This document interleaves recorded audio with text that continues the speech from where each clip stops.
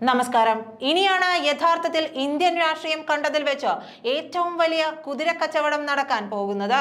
Operation താമരയിലൂടെ രാജ്യത്തെ വിവിധ പാർട്ടികളെ പിളർത്തിയും എംപിമാരെ അടർത്തി മാറ്റിയും മിടുക്ക് കാണിച്ച ബി.ജെ.പി. ലോക്സഭയിൽ ഒറ്റയ്ക്ക് ബി.ജെ.പിക്ക് ഭൂരിപക്ഷം ഉണ്ടാക്കുന്നതിന് ആവശ്യമായ നടപടിയിലേക്കാണ് കടക്കാൻ ഒരുങ്ങുന്നത്. മൂന്നാം നരേന്ദ്രമോദി സർക്കാർ ഞായറാഴ്ച അധികാരമേറ്റു കഴിഞ്ഞാൽ ഓപ്പറേഷൻ താമരയ്ക്കും അതോടെ തുടക്കമാകും. ഈ നീക്കങ്ങൾക്ക് അമിത്ഷാ തന്നെ നേരിട്ട് ചുക്കാൻ പിടിക്കാനാണ് സാധ്യത.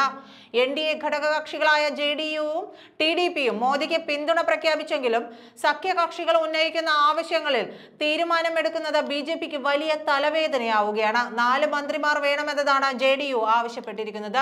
റെയിൽവേ, കൃഷി, ഗ്രാമവികസനം എന്നീ വകുപ്പുകളും ജെ.ഡി.യു നൽകിയ പട്ടികയിൽ ഉൾപ്പെട്ടിട്ടുണ്ട്. 6 മന്ത്രിമാരെ നൽകണമെന്ന നിർദ്ദേശമാണ് ചന്ദ്രബാബു നായിഡു മുന്നോട്ട് വെച്ചിരിക്കുന്നത്.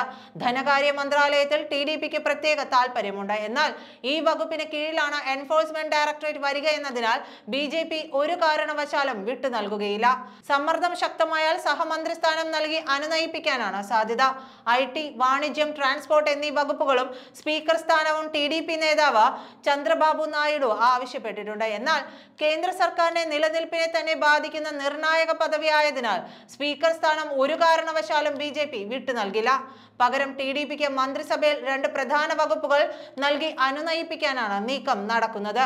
ഇതിനിടെ ജാതി സെൻസസ് നടപ്പാക്കണമെന്നും 2ാം മോദി സർക്കാർ അഭിമാനമായി കണ്ട അഗ്നിവീർ പദ്ധതി നിർത്തലാക്കണമെന്നും ആവശ്യപ്പെട്ട് ജെ.ഡി.യുവും സത്യപ്രതിജ്ഞയ്ക്ക് മുമ്പ് തന്നെ സമ്മർദ്ദം ശക്തമാക്കിയിട്ടുണ്ട്. ഇതും ബി.ജെ.പി. നേതൃത്വത്തെ ശരിക്കും ആശങ്കയിലാഴ്ത്തിയിട്ടുണ്ട്.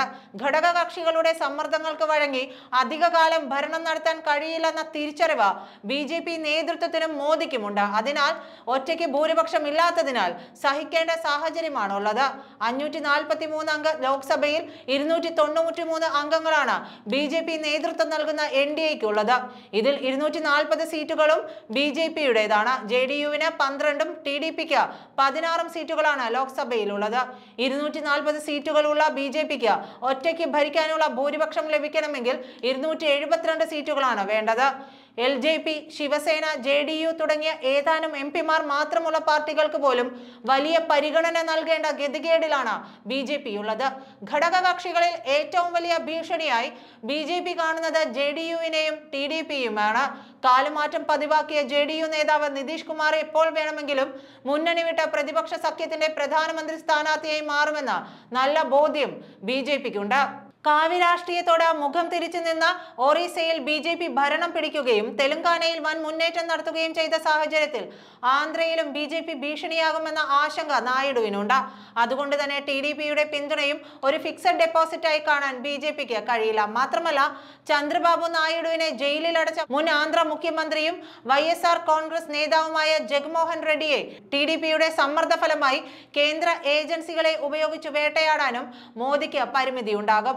2ാം മോദി സർക്കാരിന്റെ കാലത്ത് നിർണായക ബില്ലുകൾ രാജ്യസഭയിൽ പാസാക്കാൻ വൈഎസ്ആർ കോൺഗ്രസ് പിന്തുണ നൽകിയിരുന്നത് ബി.ജെ.പിക്ക് മറക്കാൻ കഴിയില്ല. മാത്രമല്ല, ഇപ്പോൾ ആന്ധ്ര ഭരണം ചന്ദ്രബാബു നായിഡുവിനാണെങ്കിലും ഇനി വരുന്ന തിരഞ്ഞെടുപ്പിൽ മുഖ്യമന്ത്രി സ്ഥാനത്ത് ജഗ്മോഹൻ റെഡ്ഡി വീണ്ടും വരാനുള്ള സാധ്യതയും ബി.ജെ.പി. മുന്നിൽ കാണുന്നുണ്ട്.